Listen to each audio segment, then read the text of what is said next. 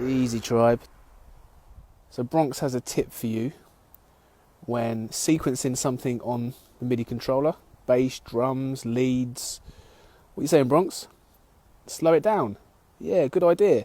So if you're working on a drum and bass track and you can't quite catch the groove and you're tripping over yourself and you're no competent finger drummer like me, slow it down. Slow that tempo right down, 100, 80, 60 BPM, and sequence your elements in slow motion.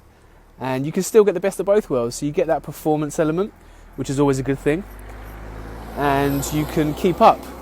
And then with time and practice, you'll be able to actually do it at 170 or the tempo you desire. But yeah, check it out. Let me know how you get on. And if you've got any tips on the same topic, please do share.